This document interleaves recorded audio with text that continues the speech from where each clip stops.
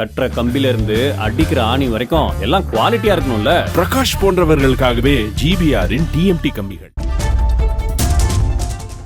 தமிழக அரசின் போதைப் பொருள் தடுப்பு பிரிவின் நடவடிக்கைகள் பாராட்டுக்குரியது என உயர்நீதிமன்ற மதுரை கிளை நீதிபதி புகழேந்தி பாராட்டு தெரிவித்தார். கடந்த 2020ஆம் ஆண்டு இலங்கைக்கு கஞ்சா கடத்த முயன்று கைது செய்யப்பட்ட நபர்கள் ஜாமீன் கோரி மனு தாக்கல் செய்தனர். இது தொடர்பான விசாரணையின் போது அரசு தரப்பில் ஆஜரான வழக்கறிஞர் தமிழகத்தில் கஞ்சா விற்பனை தொடர்பாக கடந்த 3 ஆண்டுகளில் மட்டும் 2486 வெளி மாநிலத்தவர்கள் கைது செய்யப்பட்டுள்ளதாக தெரிவித்தார்.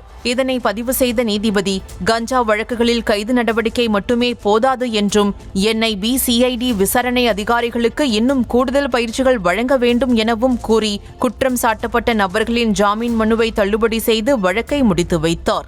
செங்கல்ல இருந்து சுண்ணாம்பு வரைக்கும் கஸ்டமருக்கு நாம தானே கேரண்டி. கான்ட்ராக்டர் குமார் மாதிரி ஆளுங்களுக்கு தான் ஜிபிஆரின் டிஎம்டி கம்பிகள்.